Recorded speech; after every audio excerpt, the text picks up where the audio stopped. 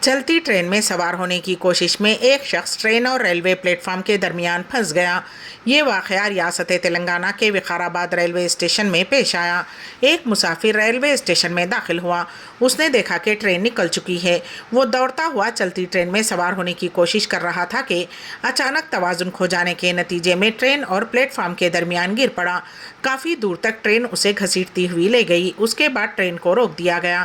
Railway police نے تقریباً 2 گھنٹوں کی کوشش کے بعد پلیٹ فارم کو توڑ کر مسافر کو بحفاظت باہر نکالنے میں کامیابی حاصل کی۔ اسے علاج کے لیے حیدرآباد کے گاندھی ہاسپٹل منتقل کر دیا گیا ہے۔ زخمی کی شناخت ستیش کے طور پر کی گئی ہے۔ انوار العلوم کالج آف بزنس مینجمنٹ میں فوڈ کارنیول کا شاندار انعقاد۔ انوار العلوم کالج آف بزنس مینجمنٹ میں فوڈ کارنیول کا انعقاد سرپرستی محترم محبوب عالم خان صاحب سیکریٹری اور محترم مجاہد عالم خان صاحب جوائنٹ سیکریٹری انوار العلوم ایجوکیشنل ایسوسی ایشن عمل میں آیا۔ اس تقریب کا افتتاح پروفیسر احمد بیگ رکن گورننگ باڈی انوار العلوم ایجوکیشنل ایسوسی ایشن کے ہاتھوں عمل میں لایا گیا۔ انہوں نے اپنی افتتاحی تقریر میں کہا کہ فاسٹ فوڈ اور ہوٹل کے کاروبار شہروں میں تیزی سے پھیل رہے ہیں۔ پرنسپل ڈاکٹر عثمان بن سالم نے کہا کہ جمود و تعطل کے مقابلے میں تعمیری سرگرمیاں ہی اثر دکھاتی ہیں۔ طلباء کو توجہ دینا ضروری ہے۔ وائس پرنسپل محمد ابراہیم الدین نے اپنی تقریر میں کہا کہ کئی ایسی شخصیات کا حوالہ دیا جو کم عرصے میں اور بہت ہی کم سرمایہ سے کاروبار شروع کر چکے ہیں اور اپنی محنت سے ترقی کر گئے ہیں۔ عدنان قادری نے جو کہ یوٹیوبر اور انسٹاگرام بلاگر نے مہمان خصوصی کی حیثیت سے اس کارنیول میں شرکت کی اور تصویر کشی میں حصہ لیا۔ طلباء نے تقریباً 25 اسٹالز قائم کیے جن میں غذائی اور گیمز کے اسٹال شامل ہیں۔ فوڈ کارنیول 4 بجے شام تک جاری رہا۔ اس کے بعد انعامات کی تقسیم عمل میں لائی گئی۔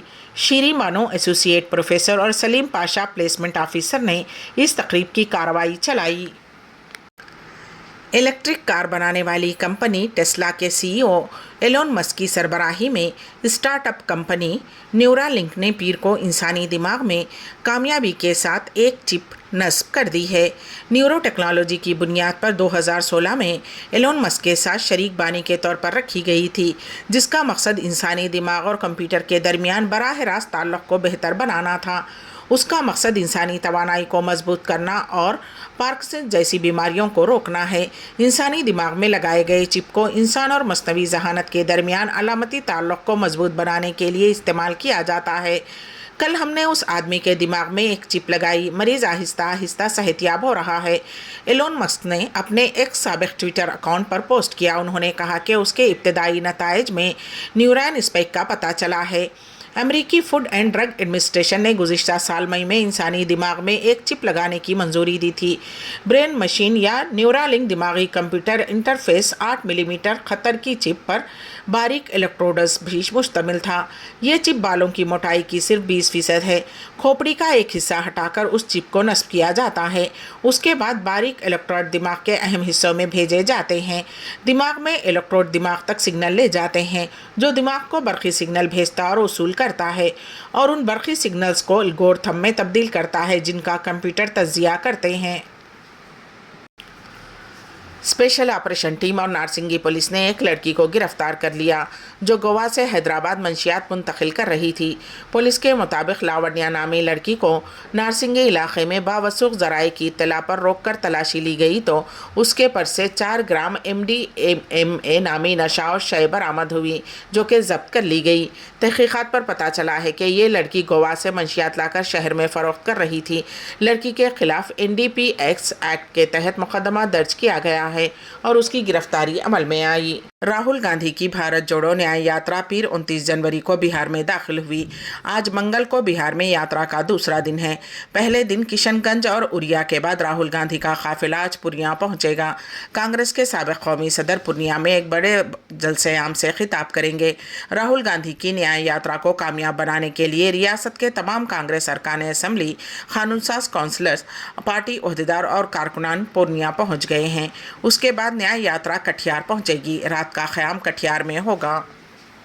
حج کمیٹی آف انڈیا کے ذریعے جانے والے عازمین حج کا کمپیوٹرائز طریقے سے قراندازی کے ذریعے انتخاب کیا گیا۔ واضح رہے کہ اس سال 70 سال اور اس سے زائد عمر کی 6,370 عازمین اور بغیر محرم والی خواتین عازمین کی 5,162 درخواستیں موصول ہوئیں۔ یہ تعداد گزشتہ سالوں کے مقابلے میں کہیں زیادہ ہے۔ ان دونوں کیٹیگری کی تمام درخواستوں کو بغیر قرعہ اندازی کے حج کے لیے منتخب کر لیا گیا۔ حج کمیٹی کے chief executive officer Liaquat Ali آفاقی IRS نے بتایا کہ حج 2024 کے لیے بنا محرم کے خواتین عازمین کی سب سے زیادہ 3,584 درخواستیں کیرلا سے موصول ہوئی ہیں، جبکہ تمل ناڈو سے 378، کرناٹک سے 249، مہاراشٹر سے 166، اتر پردیش سے 141، تلنگانہ سے 130، جموں و کشمیر سے 82، مدھیہ پردیش سے 72، گجرات سے 64، دہلی سے 50، آندھرا پردیش سے 44، مغربی بنگال سے 40، راجستھان سے 33، بہار سے 30، آسام سے 29، پانڈیچری سے 19، چھتیس گڑھ سے 14، اتراکھنڈ سے 10، جھارکھنڈ سے 9، گوا اور اڑیسہ سے 5، لداخ سے 3، لکشدیپ سے 2، ہریانہ، ہماچل پردیش اور پنجاب سے 1 درخواستیں موصول ہوئی ہیں۔ بہار کے مختلف اضلاع کی سڑکوں پر ایک نوجوان چہرے پر آکسیجن ماسک پہنے، بائیں ہاتھ میں ترنگا جھنڈا اور دائیں ہاتھ میں ماحولیات سے متعلق نعروں کی تختیاں لے کر گھوم رہا ہے۔ اس کی ٹی شرٹ پر بہار کا آکسیجن مین لکھا ہوا ہے۔ ایک بڑا برتن اس کی پیٹھ پر لدا ہے، اس میں پودے لگے ہوئے ہیں۔ اس کا مقصد یہ ہے کہ لوگوں کے درمیان ماحولیات کی حفاظت کے لیے پیغام پہنچایا جائے اور لوگوں کو اس کے اس عمل سے ترغیب ملے۔ یہ نوجوان بہار کے بیگو سرائے ضلع کا رہنے والا ہے۔ اس کا نام ابھینو بھکت ہے۔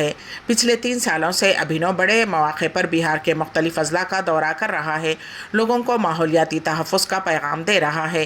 ساتھ ہی وہ لوگوں کو خبردار بھی کر رہا ہے کہ اگر آپ نے درختوں اور پودوں کو نہیں بچایا تو آنے والے دنوں میں آپ کو بھی آکسیجن ماسک پہن کر سڑکوں پر گھومنا پڑ سکتا ہے۔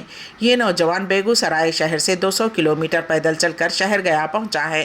ابھینو گیا شہر کے گاندھی میدان میں ضلع کے اعلیٰ عہدیداروں سے ملاقات کی، ان کے ذریعے ضلع کے لوگوں سے ماحول کی حفاظت پر زور دیا۔ واضح رہے کہ ابھینو فی الحال اپنی پڑھائی کے ساتھ سماجی خدمت میں بھی مصروف ہے۔ پچھلے 3 سالوں سے یوم جمہوریہ اور یوم آزادی کے موقع پر وہ مختلف اضلاع میں پہنچ کر لوگوں کو درختوں کو بچانے کا پیغام دے رہا ہے۔ ابھینو کا کہنا ہے کہ اگر ہم ابھی بیدار نہیں ہوئے تو آنے والے دنوں میں لوگوں کو آکسیجن سلنڈر جسم پر لٹکائے ہوئے چلنا پھرنا پڑے گا۔ لوگوں میں شعور بیدار کرنے کی ضرورت ہے تاکہ درختوں اور پودوں کو زیادہ سے زیادہ بچایا جائے اور لوگ اس کے تئیں حساس ہوں۔ ریاست مدھیہ پردیش میں ایک 103 سالہ شخص نے اپنی عمر سے نصف عمر کی خاتون سے شادی کرتے ہوئے سرخیوں میں آ گئے ہیں۔ حبیب نظر نامی یہ شخص مجاہد آزادی بھی ہیں۔ انہوں نے بتایا کہ انہوں نے 49 سالہ فیروز جہاں سے اس لیے شادی کی کیونکہ وہ تنہائی برداشت نہیں کر سکتے تھے، لیکن یہ ان کی تیسری شادی ہے۔ یہ واقعہ مدھیہ پردیش میں پیش آیا۔ بھوپال کے اتوارا علاقے کے 103 سالہ مجاہد آزادی حبیب نظر نے حال ہی میں 49 سالہ فیروز جہاں سے شادی کی۔ نظر کی یہ تیسری شادی ہے۔ اپنی دوسری بیوی کی موت کے بعد وہ تنہا ہو گئے تھے اور تیسری شادی کرنے کا فیصلہ کیا، لیکن یہ بات اس سال جنوری میں سامنے آئی، حالانکہ انہوں نے گزشتہ سال فیروز جہاں سے شادی کی تھی۔ فیروز جہاں کے ساتھ حبیب نظر کے نکاح کا ویڈیو کلپ سوشل میڈیا پر وائرل ہو گیا ہے۔ اسی دوران حبیب نظر کی پہلی شادی مہاراشٹر کے شہر ناسک میں ہوئی۔ اپنی پہلی بیوی کی موت کے بعد انہوں نے دوسری شادی لکھنؤ اتر پردیش میں کی۔ حال ہی میں تیسری شادی مدھیہ پردیش کے شہر بھوپال میں ہوئی۔ 49 سالہ فیروز جہاں کی یہ دوسری شادی بھی ہے۔ شوہر کی وفات کے باعث وہ اکیلی رہ رہی تھی۔ دوسری جانب فیروز جہاں نے میڈیا سے بات کرتے ہوئے کہا کہ انہوں نے 103 سالہ آزادی پسند رہنما حبیب نظر سے شادی کی کیونکہ ان کی دیکھ بھال کرنے والا کوئی نہیں تھا۔ انہوں نے کہا کہ ان کے شوہر ناصر صحت مند ہیں اور انہیں کوئی طبی مسئلہ نہیں ہے۔ انہوں نے انکشاف کیا کہ انہیں کسی نے ناصر سے شادی کرنے پر مجبور نہیں کیا ہے۔ پاکستان کی ایک خصوصی عدالت نے سیفر کیس میں PTI کے بانی عمران خان اور شاہ محمود قریشی کو 10 سال قید کی سزا سنائی ہے۔ فاضل جج ابو الحسنہ ذوالقرنین نے اڈیالہ جیل میں بانی PTI عمران خان اور شاہ محمود قریشی کے خلاف سیفر کیس کی سماعت کی۔ اس وقت عمران خان اور شاہ محمود عدالت میں موجود تھے۔ جج نے مختصر زبانی فیصلہ سنایا۔ واضح رہے کہ عمران خان نے امریکہ میں پاکستانی سفیر کے مراسلہ یا سیفر کو بنیاد بنا کر ہی اپنی حکومت کے خلاف سازش کا بیان بنایا تھا، جس میں عمران خان نے دعویٰ کیا تھا کہ ان کی حکومت کے خاتمے میں امریکہ کا ہاتھ ہے۔ تاہم قومی سلامتی کمیٹی کے اجلاس میں سیفر کو لے کر PTI حکومت کے موقف کی تردید کی گئی تھی۔ اسی معاملے میں آج عدالت کا فیصلہ آیا ہے۔ اردن کی سرحد پر اتوار کے روز امریکی فوجی اڈے پر ڈرون حملے میں 3 فوجیوں کی ہلاکت کے بعد گزشتہ روز دمشق کے جنوب میں سیدہ زینب کے علاقے میں ایرانی ملیشیا اور ایرانی پاسداران انقلاب کے اہداف کو نشانہ بنایا گیا۔ سیدہ زینب کے مقام پر موجود ایرانی تنصیبات کو اسرائیلی بمباری کا نشانہ بنایا گیا۔ العربیہ اور الحدث ذرائع نے تصدیق کی ہے کہ دمشق پر اسرائیلی حملے میں ایرانی قدس فورس کے فلسطین شاخ سے تعلق رکھنے والے تنصیبات کو نشانہ بنایا گیا ہے، جس کی قیادت سعید یزیدی کر رہے ہیں۔ ذرائع نے مزید کہا کہ جن تنصیبات پر بمباری کی گئی ہے وہ حماس اور اسلامی جہاد کو ہتھیار اور معلومات فراہم کر رہی تھیں۔ ذرائع نے اس سے قبل دمشق کے جنوب میں سیدہ زینب کے علاقے میں ایرانی ملیشیا اور ایرانی پاسداران انقلاب کے ہیڈ کوارٹر پر بمباری کی اطلاع دی تھی۔ قطر کے وزیر اعظم کا کہنا ہے کہ امریکی اور مشرقی وسطیٰ کے سینئر ثالثینوں ارغمالیوں کی رہائی اور غزہ میں جنگ بندی سے متعلق حماس کو تیار کرنے کے لیے ایک فریم ورک کی تجویز تیار کر لی ہے۔ قطر کے وزیر اعظم محمد الثانی نے اتوار کو پیرس میں امریکی، اسرائیلی، قطری اور مصری حکام کے درمیان غزہ میں جنگ بندی اور ارغمالیوں کی رہائی کے نئے دور کی بات چیت کے بعد واشنگٹن میں اٹلانٹک کونسل سے خطاب کیا۔ الثانی نے کہا کہ ثالثوں نے اچھی پیش رفت کی ہے اور آگے بڑھنے کی بنیاد حاصل ہے۔ انہوں نے کہا کہ غیر ملکی ثالثوں نے اسرائیل اور حماس کے مطالبات میں خلیج کو ختم کرنے کی کوشش کی ہے اور اب انہیں حماس کے سامنے پیش کرنے کا ارادہ کیا ہے۔ قطر کے وزیر اعظم محمد الثانی نے امید ظاہر کی ہے کہ حماس بھی مثبت اور تعمیری طور پر اس عمل میں شامل ہوگی۔ الثانی نے اس تجویز کی کوئی تفصیل نہیں بتائی، لیکن کہا کہ تقریب کے منتظمین میں سے ایک کی طرف سے پیش کردہ خاکہ جس میں ارغمالیوں کی مرحلہ وار رہائی اور جنگ بندی میں توسیع کا مطالبہ کیا گیا ہے وہ اچھی پیش رفت ہے۔ حماس نے غزہ میں حماس کے عسکریت پسندوں اور دیگر ارغمالیوں کی مزید رہائی سے قبل مستقل جنگ بندی کا مطالبہ کیا ہے۔ آخر میں سرخیاں ایک بار تلنگانہ سے 7,811 عازمین حج کا انتخاب 1 ہفتے کے اندر پہلی قسط جمع کرنے کی ہدایت۔ تلنگانہ ACBDG کے نام سے نقلی فیس بک اکاؤنٹ۔ 2 نئے MLC پروفیسر کودنڈا رام اور صحافی عامر علی خان کو حلف لینے سے تلنگانہ ہائی کورٹ نے روک دیا، اور پاکستان کے سابق وزیر اعظم عمران خان کو 10 سال قید کی سزا کی موت۔ اسی کے ساتھ ہی INS اردو خبرنامہ یہیں پر اختتام کو پہنچتا ہے، تو دیجیے گا سبیہ تبسم کو اجازت۔ اللہ حافظ۔